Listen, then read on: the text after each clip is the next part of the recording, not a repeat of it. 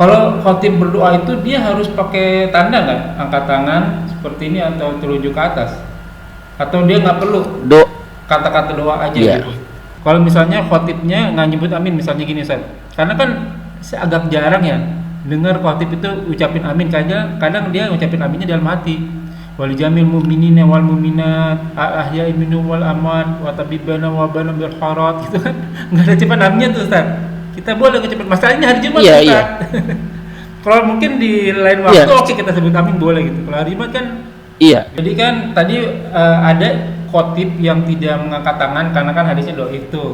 Tapi kan oke kan ada hadis yang ketiga tadi Ustaz bilang yang mengangkat jari itu. Tapi ini khotib dua-duanya nggak ngelakuin, nggak ngangkat tangan, nggak nunjuk gitu ya kan. Terus dia waktu baca doanya juga nggak ngucapin amin. Kalau di tempat yang lain nggak masalah. Tempatnya hari Jumat nih. Berarti amannya kita aminkan di dalam hati aja gitu Ustaz. Berarti tadi hadis yang 482 khotib boleh berdialog dengan jamaah di hari Jumat ya, Ya, kecuali hari Jumat. jamaah dialog di antara jamaah nggak boleh. Ya. Dan harus memberi tanda juga boleh, gitu boleh, asal jangan ucap gitu. Boleh ya, jangan bicara kan? Iya, gitu ya kan. Jangan keluar suara.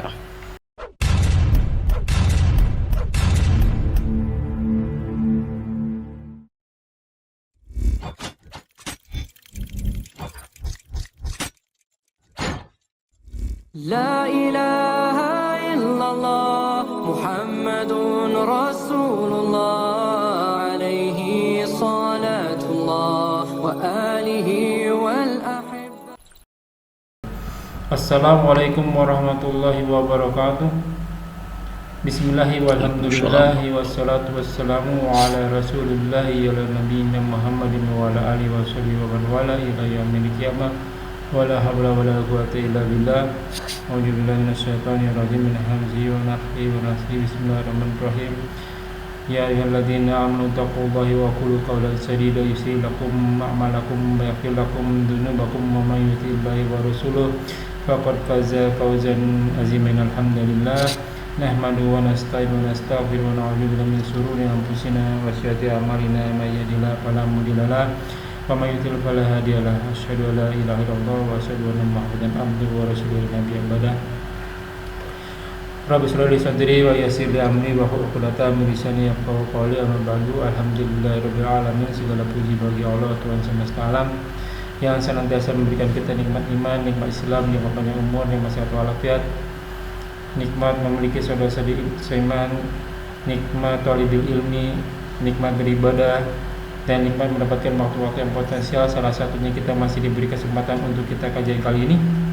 Salah serta salam tak lupa kita aturkan kepada junjungan kita, tauladan kita, nabiyina wa rasulina Muhammad sallallahu alaihi wasallam, yang juga kita liman kepada keluarganya, sahabatnya, umatnya hingga hari kiamat tiba, dan insyaallah termasuk kita berada di dalamnya. Ya kunafillah azakumullah wa iyakum. Kita masih bertemu di channel Milenium Mengaji bekerja sama dengan Kajian Hadis Online atau KH Official. Masih membahas kitabul fikih, kitab Bulughul Maram karya Al-Hafiz Ibnu Hajar Asqalani. Masih di bab sholat Jumat. Dan tamam kajian kami masih dipandu oleh Ustaz Ali Hafizullah. Alhamdulillah beliau telah hadir di antara kita, dan senantiasa kita selalu mendoakan beliau selalu diberi kesehatan, diberi kemana rezeki, diberi kekuatan, dan dimudahkan segala urusannya. Selanjutnya mari sama-sama kita simak kajian kita kali ini. Bila ada pertanyaan seperti biasa ditanyakan di kolom komentar, dan insya Allah akan ditanyakan dan dijawab pada kesempatan dan waktu yang tepat. Semoga berguna bagi manfaat selaku thalibul ilmi, wabil khusus an al-fakir, dan tanpa berpanjang kata untuk waktu dan tempat kepada gurunda tafadhol mazkuro. Assalamualaikum warahmatullahi wabarakatuh. Waalaikumsalam warahmatullahi wabarakatuh. A'udzu billahi minasyaitonir rajim min hamzihi wa nafthihi wa nafthihi. Innal hamdalillah nahmaduhu wa nasta'inu wa nastaghfiruh wa na'udzu billahi min syururi anfusina wa min sayyiati a'malina. May yahdihillahu fala mudilla lahu wa may yudlil fala hadiya lahu.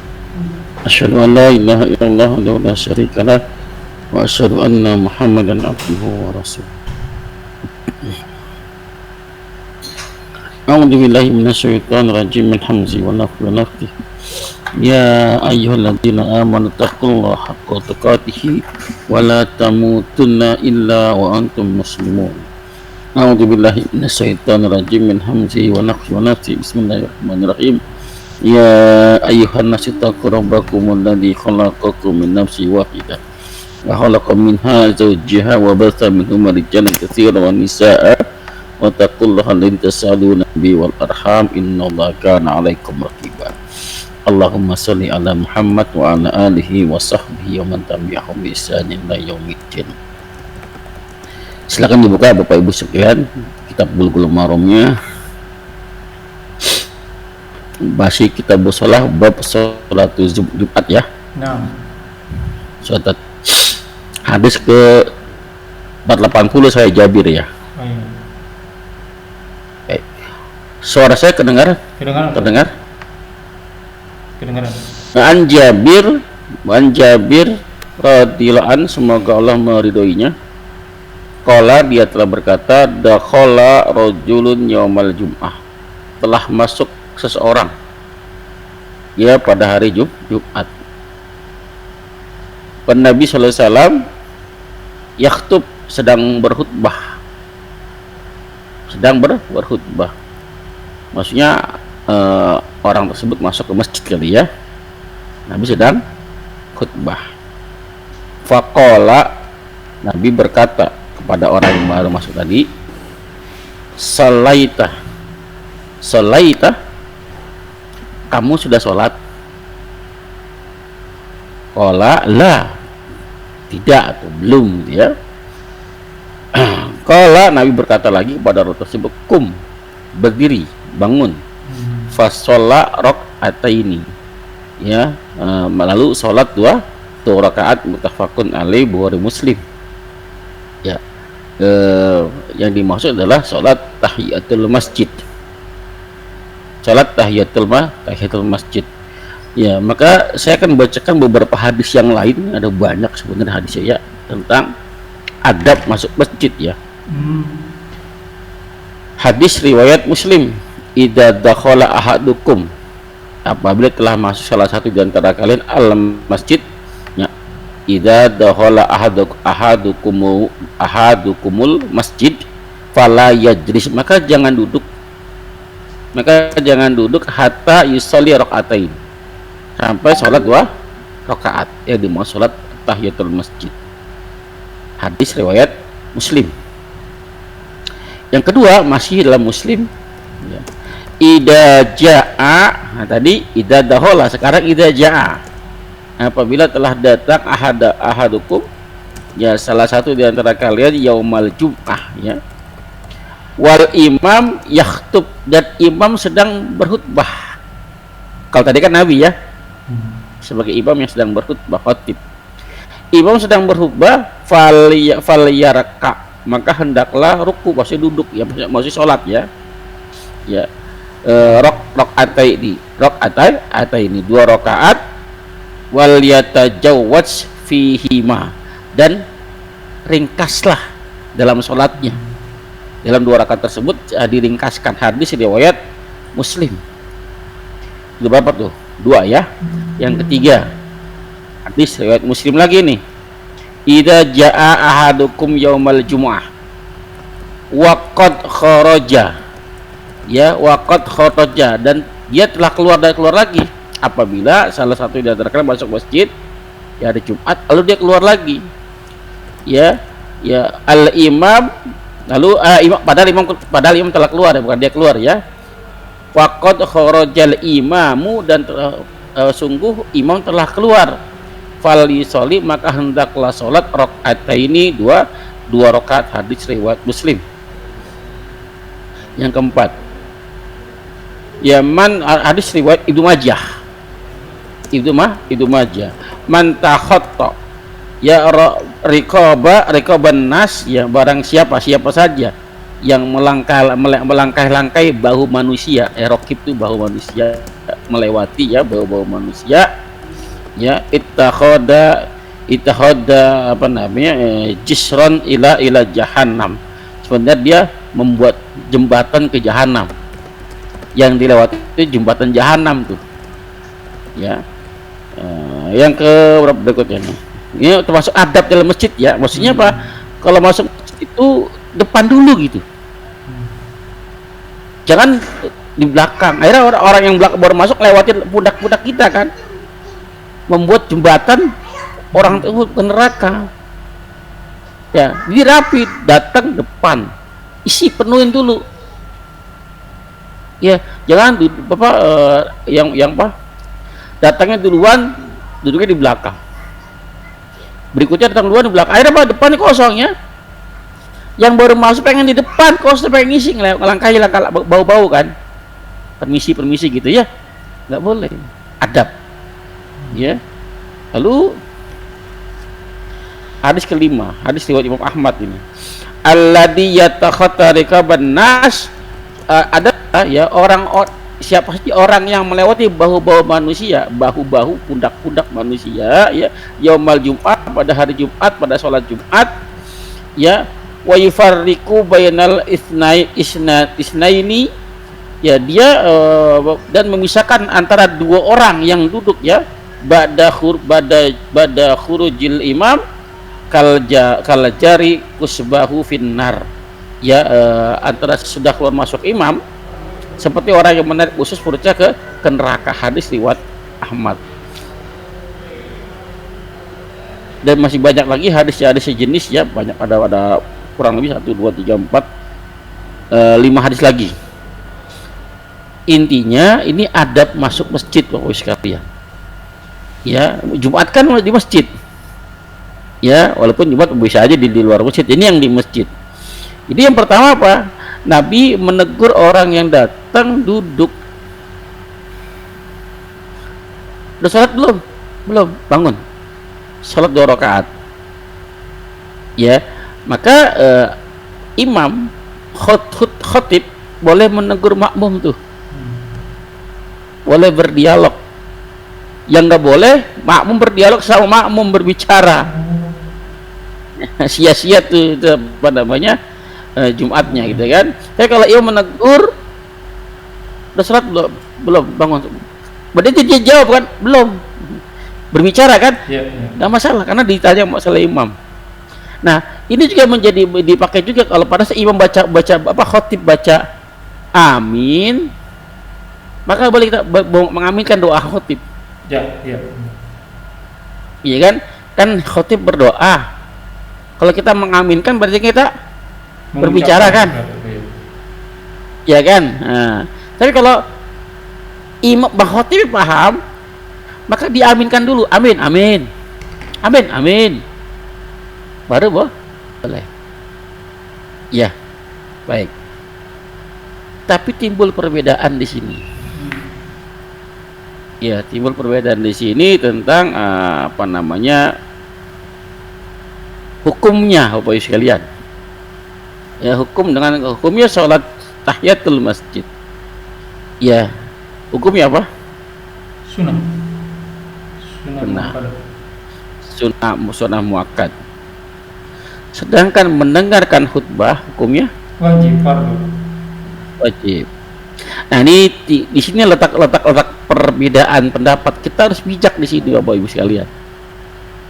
Bagi yang mau sholat tahiyatul masjid, tafadhol, silakan. Ya, karena tuh ada hadis sahih. Bahkan Nabi memerintahkan orang yang sedang duduk sekalipun suruh bangun untuk berdiri sholat. Hadis sahih. Tapi ada juga yang tidak. Yang ini kan saya mau tanya, ini kan berarti kan datang terlambat ya, Pak ya? Udah khotib kan, udah berkhutbah kan, berarti terlambat kan? Ya. Bagi yang berpendapat yang kedua, yang selain itu, mereka tidak sholat tahiyatul masjid, dia duduk. Kenapa? Menganggap khutbahnya, mendengarkan khutbah hukumnya wajib. Satu. Yang kedua, menurut mereka, kalau saya sholat pasti nggak khusyuk.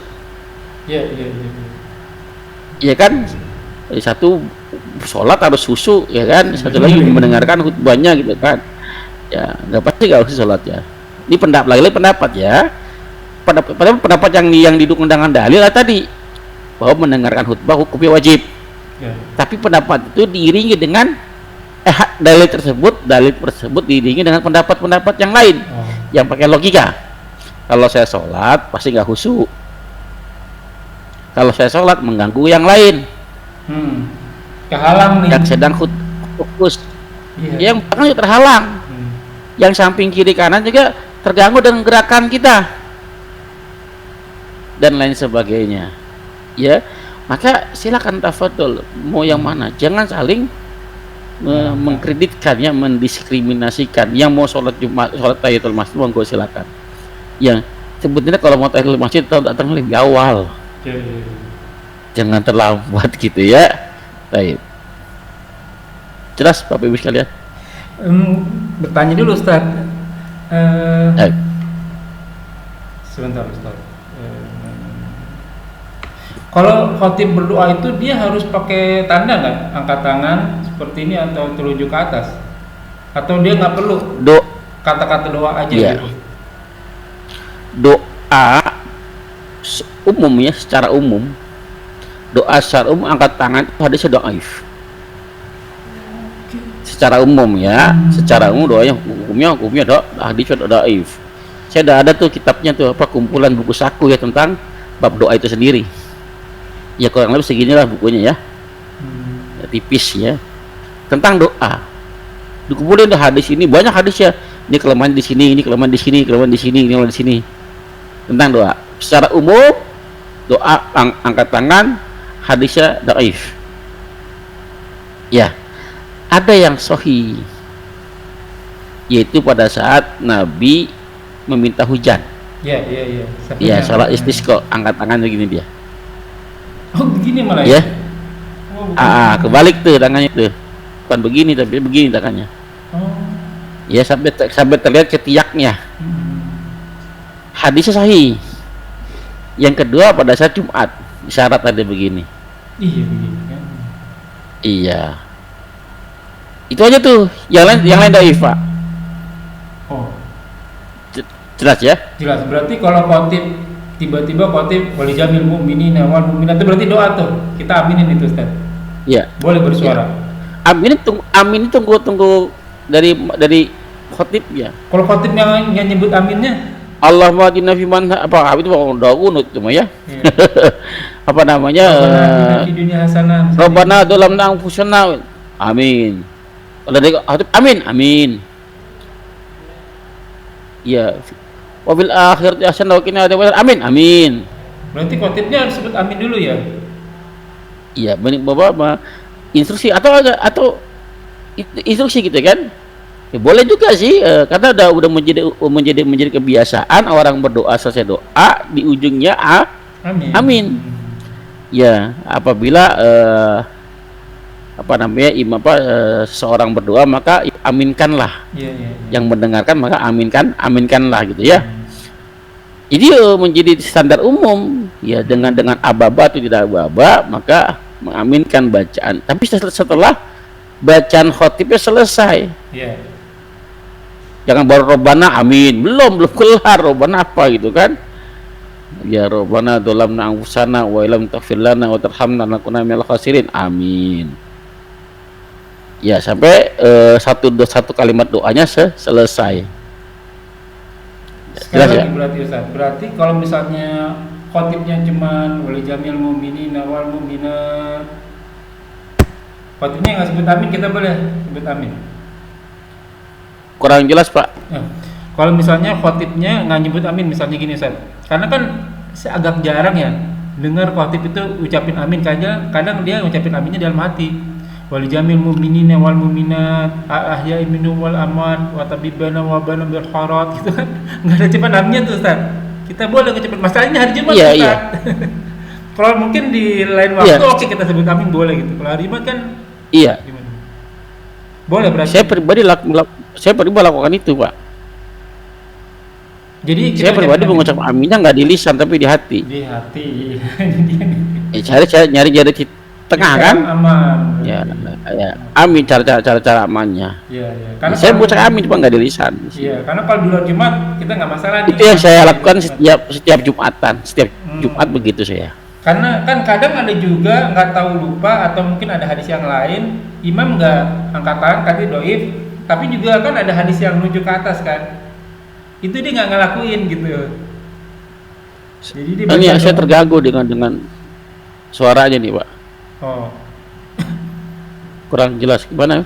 ya jadi kan tadi ada khotib yang tidak mengangkat tangan karena kan hadisnya doif tuh.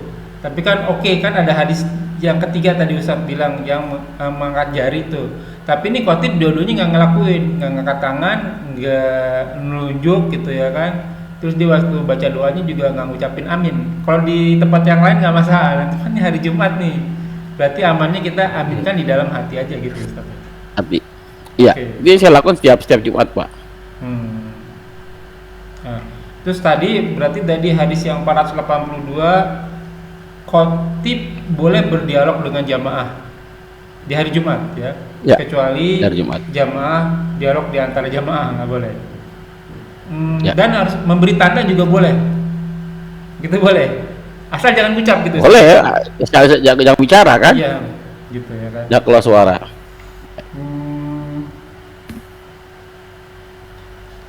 Oke itu dulu deh Ustaz. Sebenarnya ada lagi tapi nanti dulu. Baik. Wa an Ibnu Abbas radhiyallahu anhuma anna Nabi sallallahu alaihi wasallam kana yaqra'u fi shalat Jumat. Adalah Nabi sallallahu alaihi wasallam membaca di hari Jumat pada salat Jumat. Ya fi salatil Jum'ah. Ya, suratul Jum'ah. Wal munafikin dan surat al munafikin. Dua ini maka baca surat ini menjadi hukum sunnah. Ya, tapi mukhoyar ya, boleh pilih ya. Terserah mau baca surat yang lain juga boleh. Dipastikan aja bahwa bacaan sholatnya lebih panjang daripada daripada khutbahnya. Ya. Walau anin Nu'man ya, Nu'man bin Bashir radhiyallahu an semoga Allah meridai qala dia telah berkata kana yaqra'u fil iddain. Ya ada Nabi SAW membaca ya yaqra'u fil mudhari kan. Ya, membaca bisa selalu, bisa akan ya, bisa sedang. Ya, pada dua Id, Idul Fitri, Idul Adha, ya, wa fil Jum'ah dan pada salat Jumat. Ya, apa? Surat Al-A'la sama surat Al-Ghasyiyah. Hukumnya sunnah. Sunnah mukhoyar Pak, boleh pilih. Ya, hukumnya sunnah mukhoyar itu pilihan, boleh pilih yang mana suku bacaan suratnya.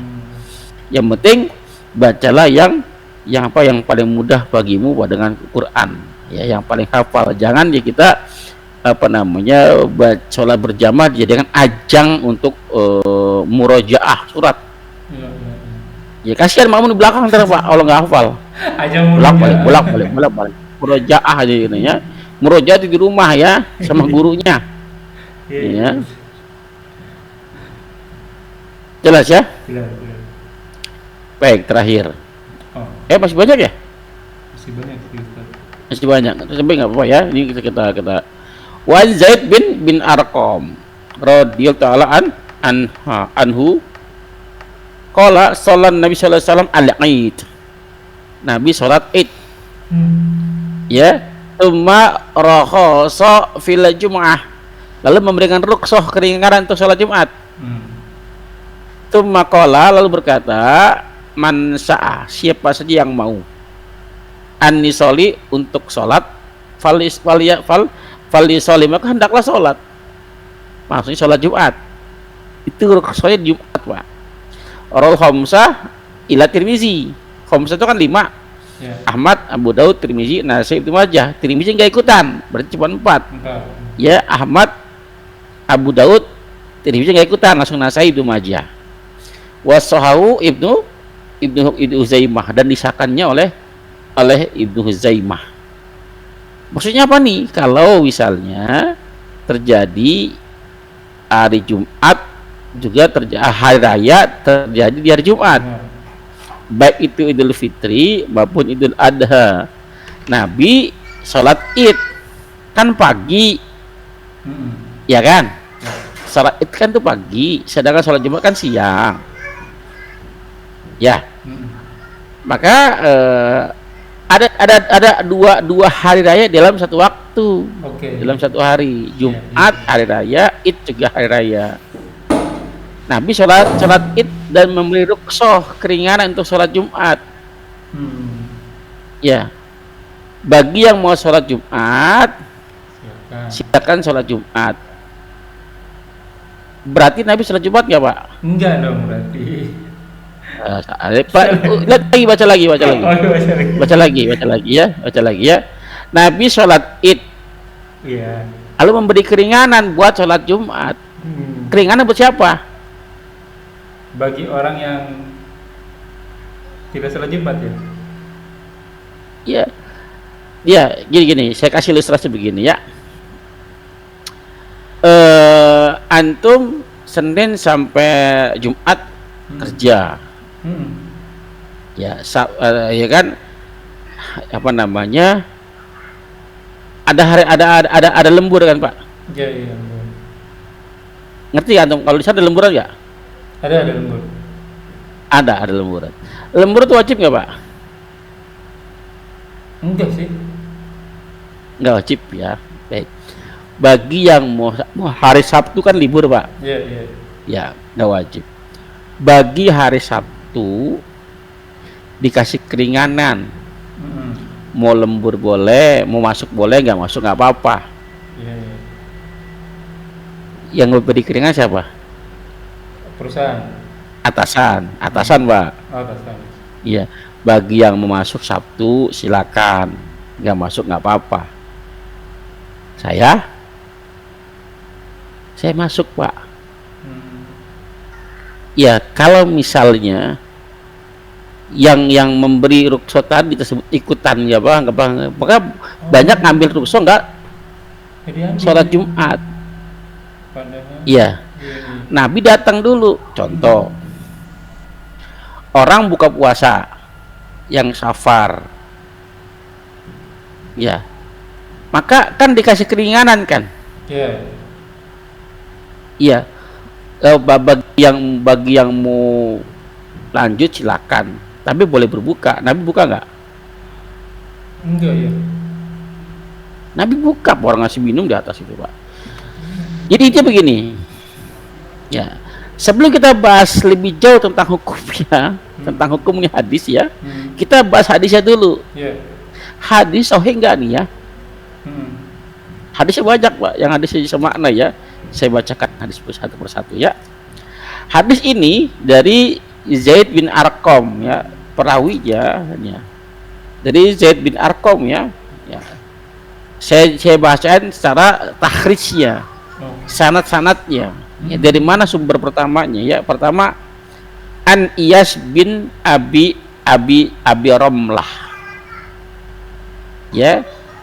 Dari Iyas bin Abi Romlah As-Sami ya.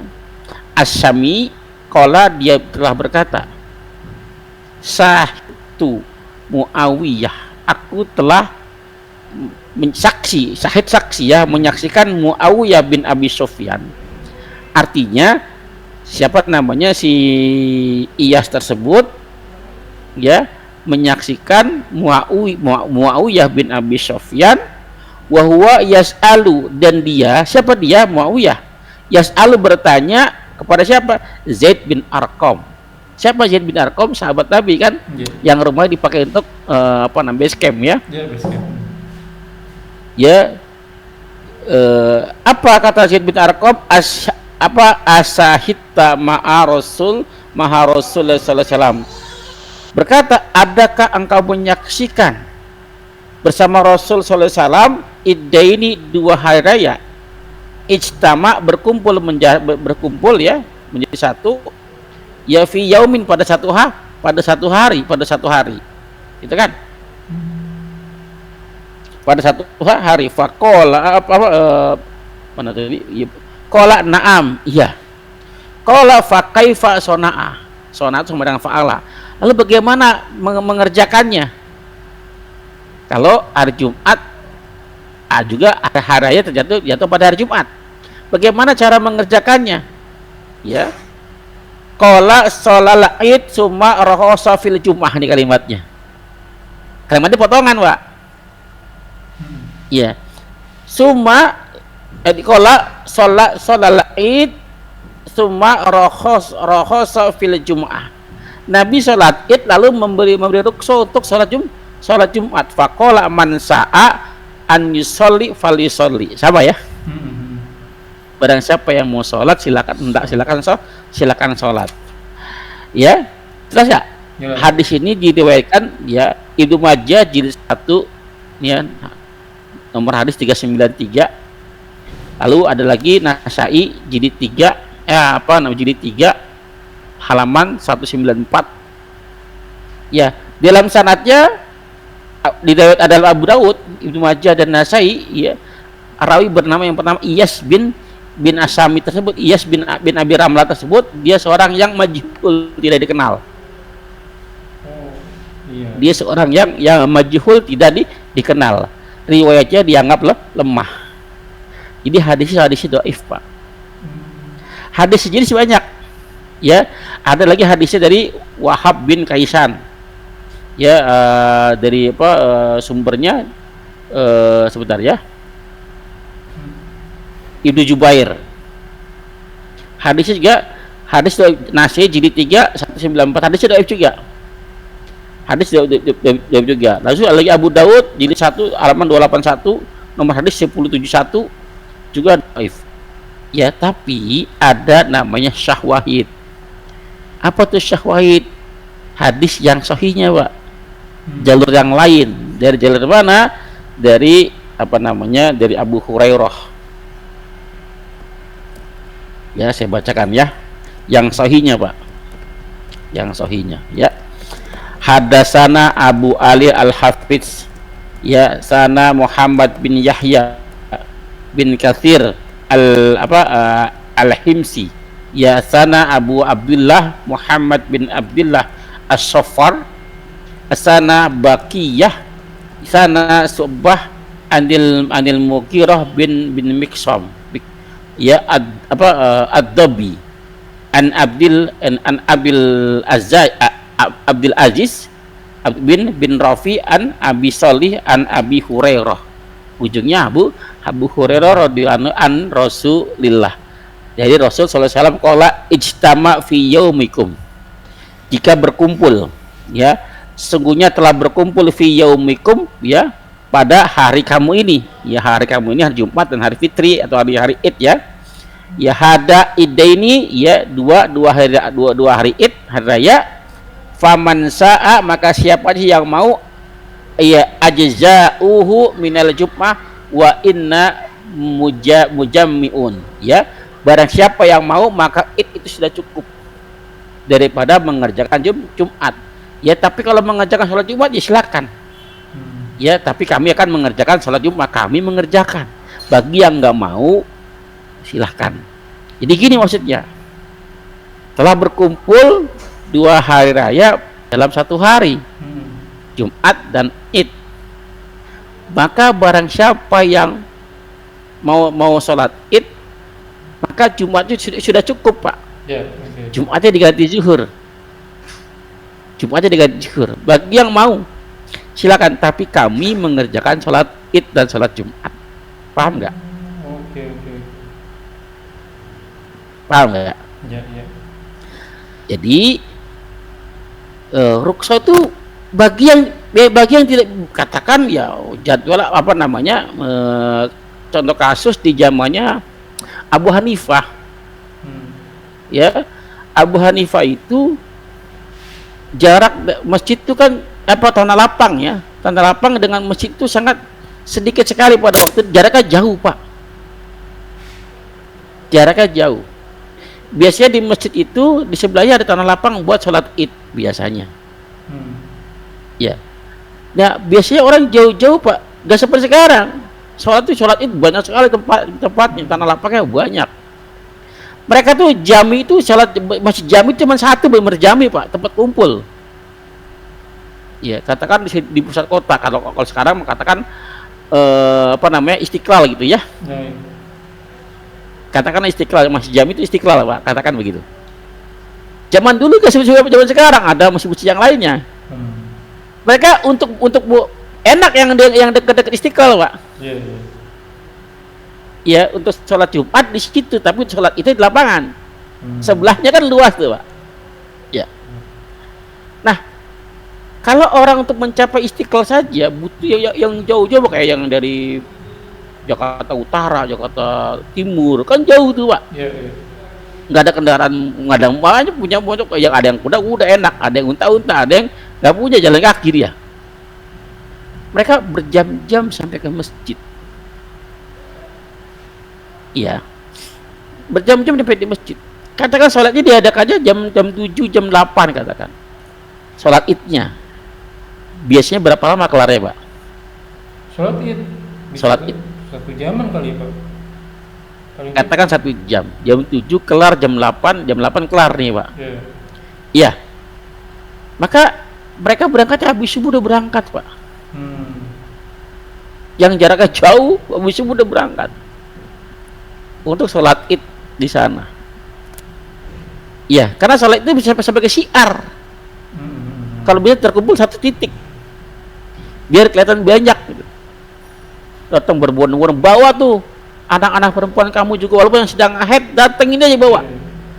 Jam 5 habis sholat subuh udah berangkat tuh, gelap-gelap gulita jalan sampai sini jam 7 katakan. Sholat id jam 8 kelar. Kalau mereka pulang lagi Pak, datang lagi sholat Jumat gak keburu. Paham nggak? Karena masjid cuma satu. Iya, iya, iya, iya. Kalau mereka pulangin ke rumah, lalu berangkat lagi kapan, jam berapa sholat Jumatnya? Ya, makanya pada Abu Hanifah kan nggak kenal pakai logika kan, karena jarang ketemu hadis itu kan, karena tempatnya berbeda jauh dari Madinah ya. Apa namanya? Bahkan menghukumi sholat Jumat, sholat id dua-duanya wajib Pak. Iya, iya. Dua-duanya wajib, saking wajibnya orang-orang jadi gak pada pulang dulu ke rumah. Oh, nunggu. Habis sholat id langsung sholat Jumat. Kalau nggak dihukumi wajib, mereka sunnah pada pulang sebentar itu. Iya, iya, iya. Akhirnya Pak meninggalkan akhirnya Jumatnya gak kebagian. Ya gitu. Jadi dilihat tadi kondisi zamannya dan lain sebagainya gitu ya. Nah, makanya Imam Abu Hanifah menganggap itu dua-dua itu wajib hukumnya sholatnya. Sholat itu coba periksa dah. Sholat itu untuk Abu Hanifah itu hukumnya wajib. Gitu kan? Nah, bagi Imam Syafi'i beda lagi. Ya itu sunnah bisa digantikan sunnah muakkadah. Jadi, nah saya bagaimana nih? Gitu kan? Saya bagaimana? Ya, ini salah satu dalil bahwa sholat id kan hukum sunnah ya Pak ya? Iya, iya. Salah satu hukum sunnah. Sholat Jumat hukumnya apa? Fardu ain. Fardu. Maka ada yang berpendapat id boleh di rukhsah. Yang dirusah di id ya aja, Jumatnya hari kejar. Iya, itu pertanyaan kalau harus milih Jumatnya daripada idnya. Ya, kalau harus pilih, nggak sholat id kan nggak dosa kan? Iya, nggak dosa. Sunnah. Gitu ya, gitu kan? Jadi saya pribadi saya ambil yang Jumatnya kalau harus milih Pak. Okay. Tapi kalau bisa dua-dua kerjain. Dan jarak kalau ketepatan harinya betul jatuh hari Jumat, hitungannya benar. Ya terus diadakan di lapangan sholat idnya. Ya maka saya ngadain dua-duanya Pak. Saya datang dua-duanya, sholat id maupun sholat Jumat. Tapi memang jarang sekali terjadi begitu. Nah, jelas. Pertanyaan saya udah dijawab tuh. Gimana kalau dibalik ya kan? Sholat id saya nggak kerjain karena sunnah, saya kerjain fardu ainnya, sholat fardu. Tapi sekarang begini Ustaz, kan kita pernah ngebahas tentang kalau dikasih rukhsah sama Allah dan Nabi-Nya kita ambil, karena itu yang lebih afdol kan begitu. Nah di hadis yang Zaid bin Arqam tadi nih, kan kita dikasih rukhsah nih Ustaz. Taruhlah kita mampu deh, kayak saya nih, saya mampu sebenarnya sholat duhur sama asar 4 rakaat. Tapi walaupun saya safar gitu, tapi kan ruksohnya kan dijamak dan dikosor tuh. Nah gimana halnya yang seperti ini nih Ustadz nih? Ya. Kan ini ruksoh juga nih dari Rasulullah. Apa sebaiknya kita ambil aja sholat idnya kita sholat, tapi sholat Jumatnya beliau bersabda barang siapa yang sholat maka sholatlah. Kita lepas sholat Jumatnya. Gimana tuh? Boleh Pak. Ya kalau iya. Jadi barang siapa yang mau ngambil ruksonya, tafadhol silakan, bagus kata sabda Nabi kan Pak. Iya. Ya, saya nggak menimbang mana yang lebih baik mana yang lebih buruk, tidak.